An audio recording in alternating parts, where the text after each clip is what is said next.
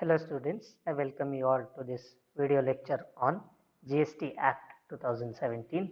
In this video lecture, we will be discussing the illustration problem number 3, which was asked in April 2018 by Mangalore University for BBM students. So Roshni Private Limited is having its manufacturing units at Mandya and service unit at Mysore. So there are two units. One is a manufacturing unit which is in Mandya. The other one is a service unit which is at Mysore. From the following information, calculate aggregate turnover. Once again, we have been asked to find out aggregate turnover of Roshni Private Limited for the year 2017-18. So let us look at all the given data. Supplied goods to Belgaum 28 lakh, we will take this. Exports to Hong Kong for rupees 23 lakh, which includes non-taxable services of 3 lakh. So this they are saying the total exports made by the company is 23 lakh. Out of this 23 lakh, 3 lakh worth goods were, services were of non-taxable in nature. Are we finding out taxable turnover or aggregate turnover?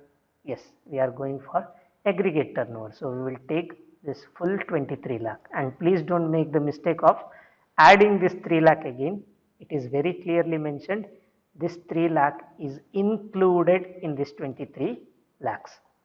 Supplied goods to her job worker Arun at Udupi for further processing of 10 lakh.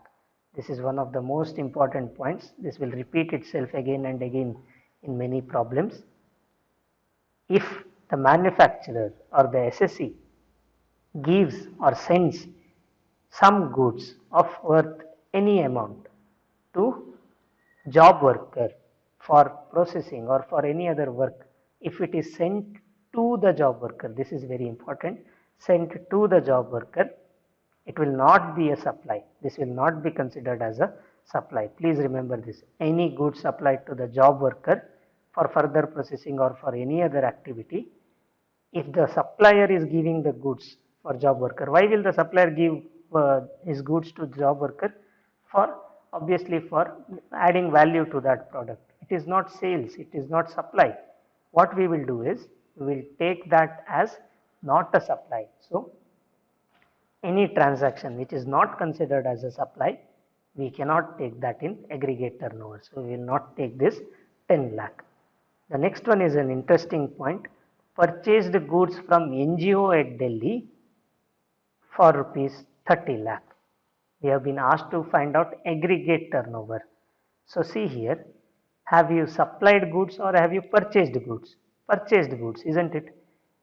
Is this a supply? Is this an outward supply? Aggregate turnover is all about outward supplies.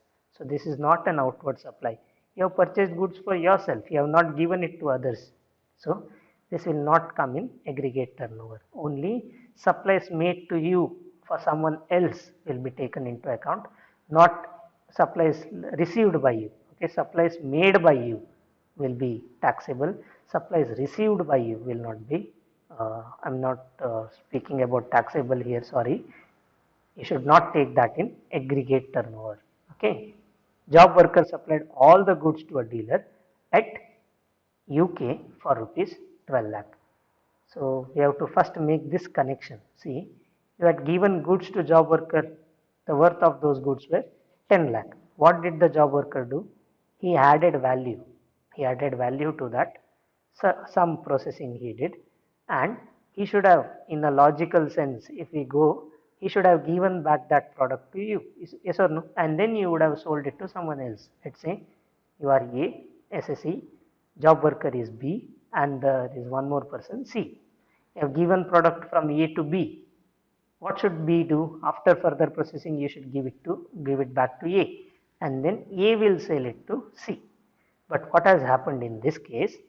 The goods that are being sent by you to the job worker, rather than giving it back to you and then you selling it to the third party, has sold to the third party directly. On whose behalf will he sell?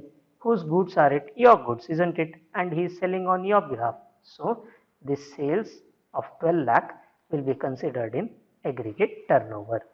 A manufacturer in Kolkata received services from Mysore unit for rupees 5 lakh. So here they have used a very important word, received service. Who received service? You received service or a third party received service? It is very clear here, a third party has received service.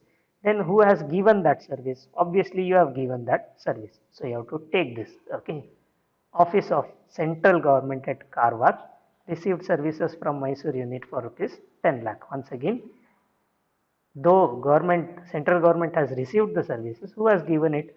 Obviously, if someone else had given it, the point would have not been there in your problem, right? If it is mentioned here, that means you have given that services. So rupees 10 lakh will be taken. A dealer from Srinagar is in Jammu and Kashmir, received goods from Mandya unit, which are nil rate of GST for 5 lakhs, for rupees 5 lakhs. Once again, we are not finding out taxable turnover, we are finding out aggregate turnover. That's why we have to take this into account.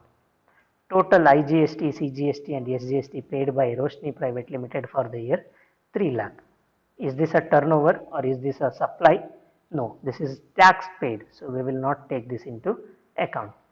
Zero rated supply made from Mandya branch, rupees 10 lakh. So whatever might be the rate of tax, if you have supplied goods, you have to take that amount. So this 10 lakh will be taken into consideration. So the question is done. Let's go to the solution now. So supplied goods to Belgaum 28 lakh, we'll take that first. Then the goods that were sold to Hong Kong, exports. See, please don't make the mistake of adding 3 lakh to 23 lakh. That 3 lakh which was mentioned is included in this 23 lakh. So take full 23 lakh at once. Job worker supplied goods to UK. The goods sent by you to the job worker is not taxable. It is not a supply. It is not considered as supply and hence it is not taken in aggregate turnover. But job worker, if he sells goods on your behalf to someone, then we will take that. So 12 lakh. Provided services to Kolkata, 5 lakhs, you will take that. The next one, central government has received services, 10 lakh worth services, we will take that into account.